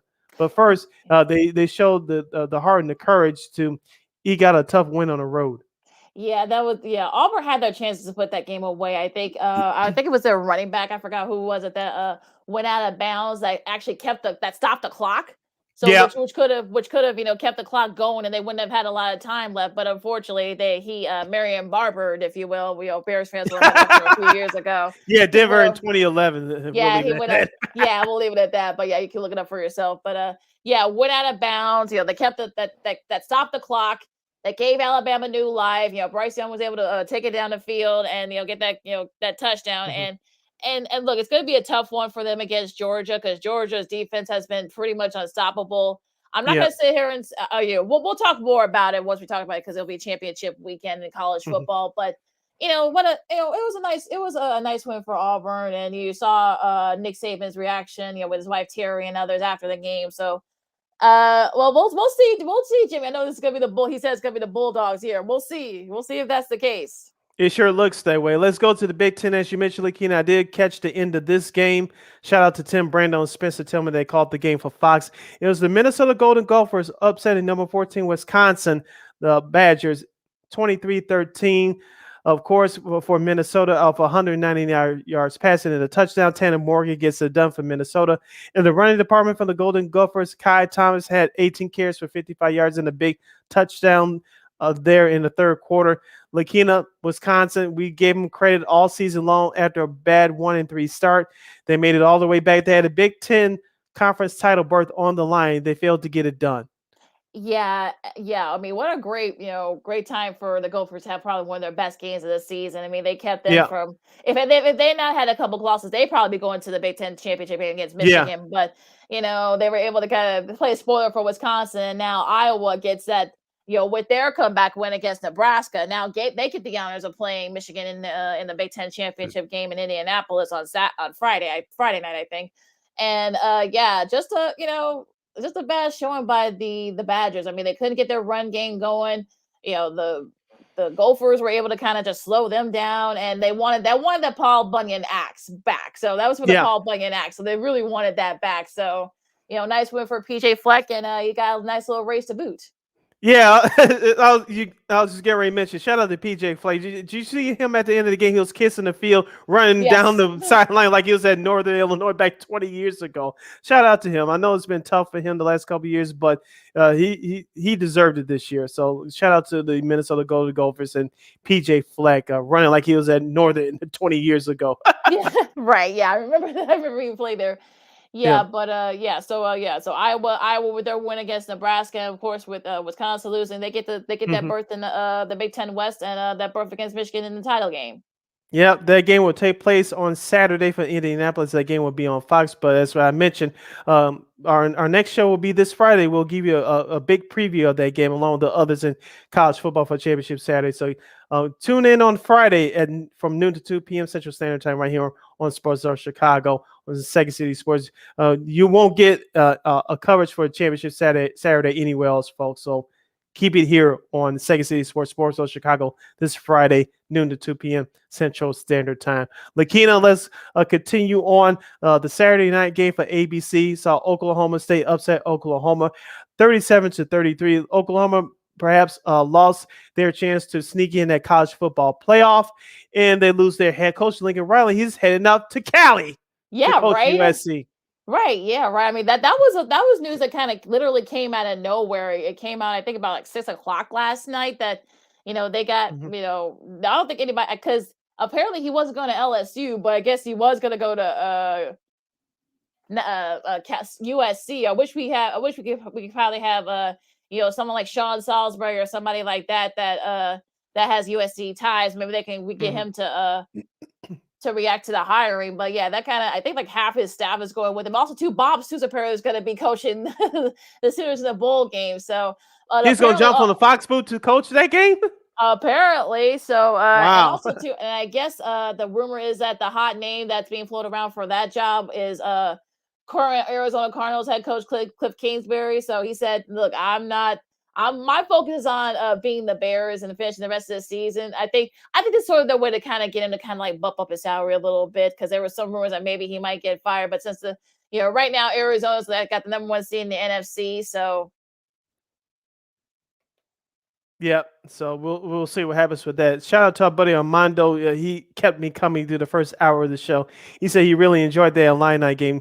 Yeah, they beat the crap out of Northwestern on Saturday. So I I believe saw that. Yeah, I always the saw a Illini little bit have of that 5 game. wins on the year, unless a couple of teams are unfortunate that they're affected by COVID or they just decide to bow out. Illinois might sneak in one of those bowl games that no one gives a damn about. That's just my thoughts on that. But I think you'll take it though if you're Brett Bielema for his first year. So 5-7. They had a couple of upset wins, so you'll take that if you're Brett Bielema, if you're an Illini fan, I guess. Okay, a couple other scores to pass along to you guys from Saturday. Michigan State, number 12, they beat Penn State by 30-27. You had Wake Forest bouncing back with a 41-10 victory over Boston College. Of course, Wake Forest were upset by Clemson the week before. Speaking of Clemson, number 23 ranked Tigers, they shut out South Carolina 30-0. Florida gets it done over Florida State in an ugly game, 24-21. It was. I think ugly would be an understatement for that game, because that was just a. And I think after Florida State scored, I guess the kicker whiffed on the. I guess he was trying to onside it and he totally missed it. So that's Yeah. so that's what that kind of sealed the win for the Gators. But I forgot who was it. That was the interim head coach for the Gators. But a nice win for him, and I think he'll be coaching the bowl game as well. So I'm sure he'll get his shot at perhaps maybe at the main job. And in West Coast football, Lakeena loves our West Coast football. Arizona State, the Herm Edwards, the Sun Devils get it done by beating Arizona 38-15. Yeah, so that was an interesting one there. A couple of rivalry games. Wazoo, I think for like the first time in like 3 or 4 years, beating Washington. They've struggled to just hammer Washington in the annual Apple Cup 40-13 in that game. Let's see. It'll be Utah State against San Diego State for the Mountain West Championship. We'll get to that in a little bit on Friday for a championship Saturday preview. Let's see what else is sort of like games of note I know here. Arkansas bounced back with a Missouri. 34-17 win over Missouri. So Arkansas finishes their regular season at 8-4. And then Cincinnati gets it done over East Carolina 35-13. Yeah, they'll be playing Houston for the American Conference Championship. And also, going back to that Oklahoma State Oklahoma game, unfortunately, this might be the last time that they'll probably be playing that game in Stillwater because, of course, Oklahoma's going to the SEC. So yeah, no, Chris Crowell mentioned that on the telecast on Yeah. Saturday. I wanted to bust out a tear so much. because that was been a great rivalry, and also too, I think this is only Mike Gundy's like third or fourth win in that rivalry game. I know he was like, I think he was 2-2 when he was a QB there and back in the mid to late 80s. So I know he'll take that, even if it does end up being the last time that OU and Oklahoma State play in Stillwater. We'll see. But a big win for Oklahoma State. I mean, they knocked them out of Oklahoma. I mean, a chance of getting into the playoff, but also to Baylor with them winning against Texas Tech. Baylor will be playing Oklahoma State for the championship game. They beat Oklahoma State beat Baylor, prior to a few weeks back. Sanders were able to overcome those 3 interceptions. So we'll see what happens in that game on Saturday. Yeah, this season's come and gone by so fast, but Right? it was great, as we said all year long, Lakeena. It's great to see fans tailgating back in the stands, cheering, and things are starting to get back to normal as far as that is concerned. I know, getting back to the college football playoff rankings for tomorrow, and of course, Notre Dame blew out Stanford on the road on Saturday, which was expected. But I believe the rankings come out tomorrow.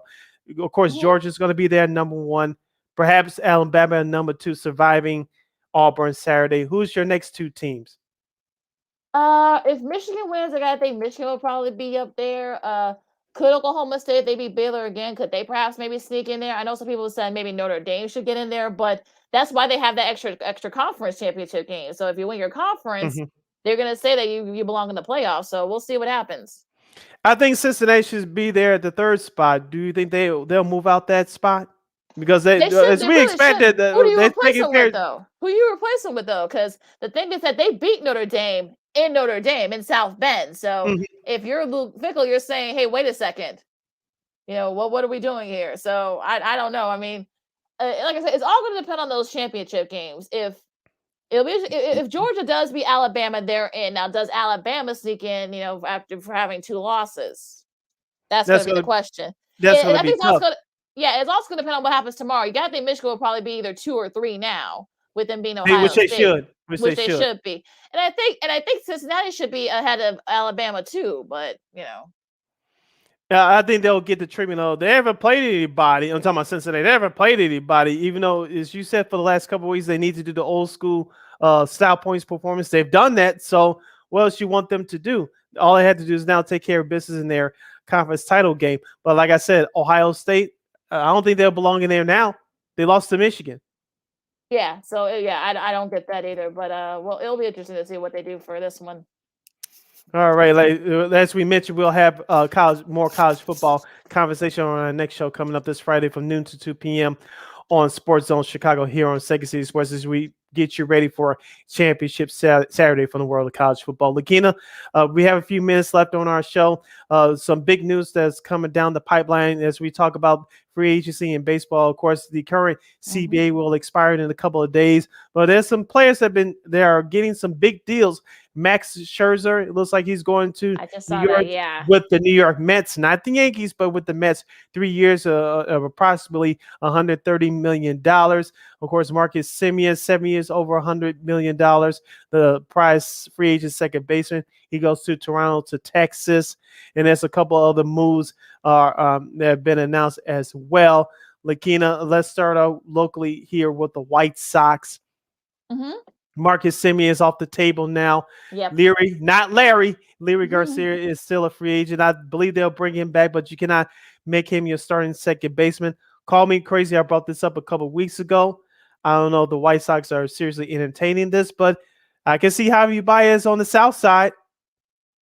You think? Okay, yeah, I think, and also too, I think he can. I think Rick Hahn can pay him some money, so I think that should help a Mhm. little bit. But I think a lot, you saw what Scherzer did. You saw Marcus Glassman. He got a 5-year, $110 million Mhm. deal with the Blue Jays.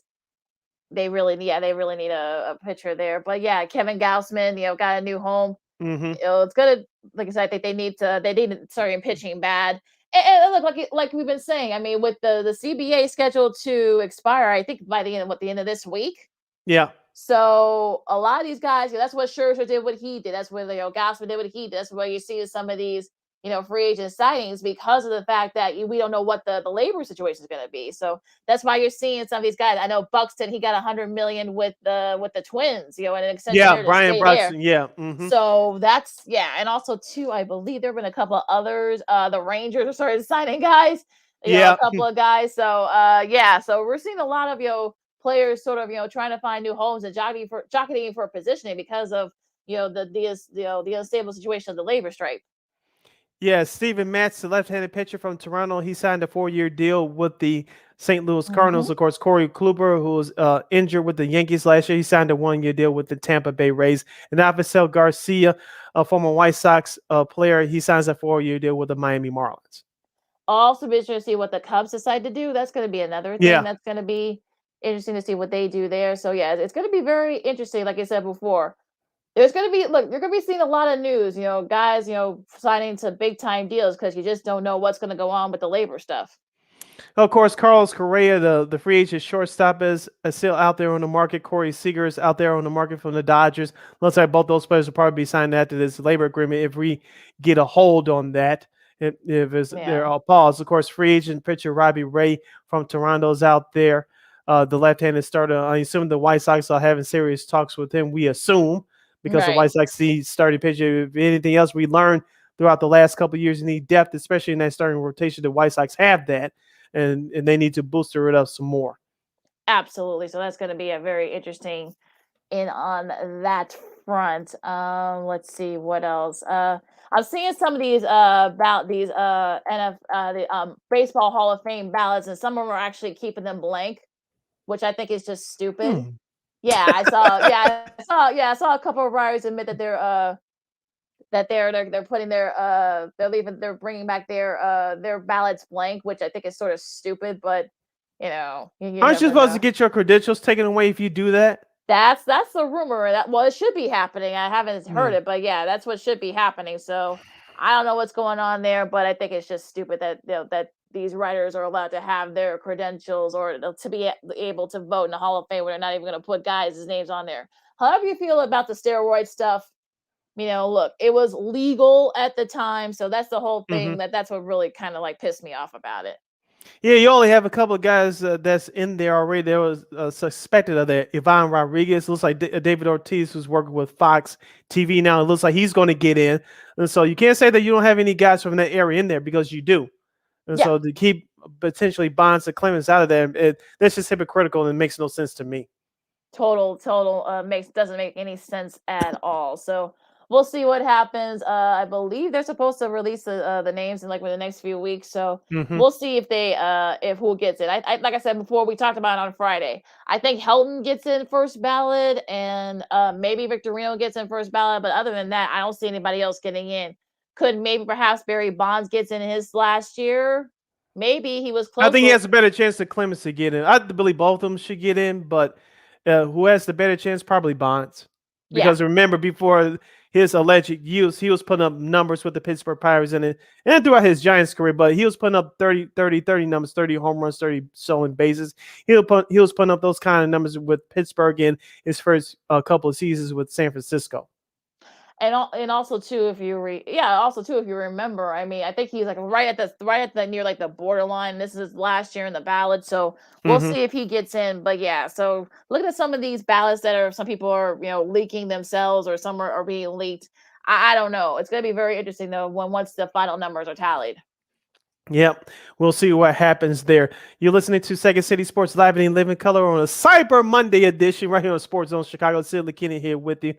Before we get to your tribute, Lakeena, do you have the list in front of you? Because the Pro Football Hall of Fame released their semi list for this Yes. semifinals, and there's some interesting names. Steve Smith Jr. I know his name was on the list. I believe Torrey Holt's name was on the list. I'm not sure, but Let me look it up right quick. Yeah. and so we have at least about my guess probably about at least 3 or 4 names for sure they'll probably make it to the finals in my opinion. But as I said the last a couple of years, it looks like the Pro Football Hall of Fame gets almost everybody in eventually. But it was a pretty interesting list. I just glanced at it the other day, and it was a pretty interesting names on that list.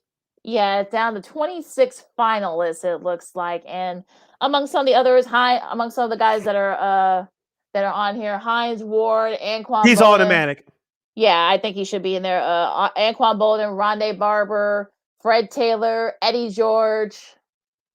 Quiet you. Eddie George, Tony Baselli, Eric Allen, Robert Mathis, Vince Wilfork, Willie Anderson, Darren Woodson, Richard Seymour, Andre Johnson, Reggie Wayne, Sam Mills, Zach Thomas. He needs to be in. He should have been in already. Yeah, Leroy the late Butler. Sam Mills should be in there already too. Yeah, absolutely. Leroy Butler. Some special team guys, of course. Devin Heston, also too. Steve Tasker, Jared Allen, Torrey Holt, of course. Steve Tismini, as you mentioned. DeMarcus Ware and Patrick Willis. So a pretty good list there. So it'll be down to like the last final 5. It'll be down to I think 13, and then after that it'll be down to like the top 5 or 6 I think for the modern day. Testing my memory, like I said, Devin Hester should make it to the next round. Eddie George probably should make it to the next round. Tony Baselli, as you mentioned, he was I believe it was the very first draft pick for the Jacksonville Jaguars. He was a great offensive lineman, so he should be in there.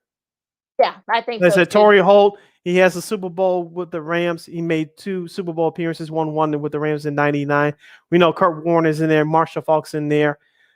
Torrey Holt should be in there. He has the numbers. Isaac Bruce is in there too. He should get in there too. Yeah. Oh, he's already in there. He came. He's already in there. Okay, yeah, that's right. Yeah, a couple years ago. Yeah. Okay. Yeah. So Torrey Holt should be in there.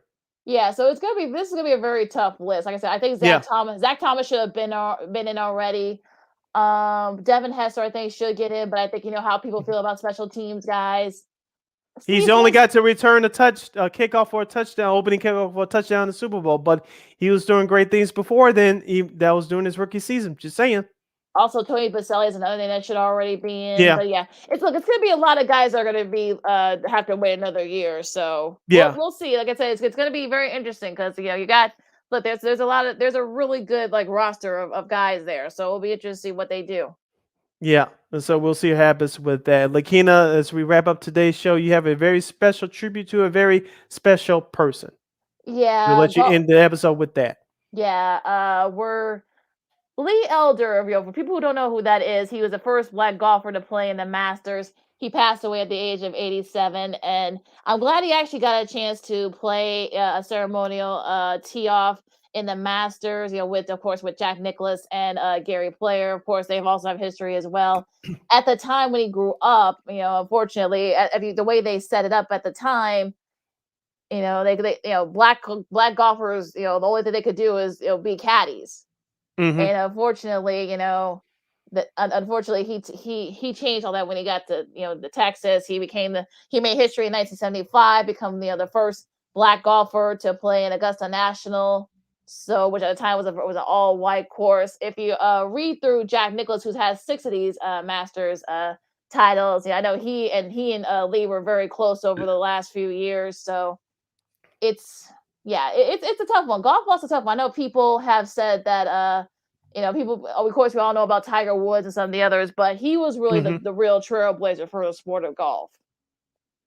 Yeah, and I was watching a special from The Undefeated. I know ESPN aired it a few months ago, and Tiger Woods gave Mr. Elder his props. He was like, if it wasn't for trailblazers like him, he wouldn't be there. So it was nice for Mr. Elder to get his to get his props while he was still alive.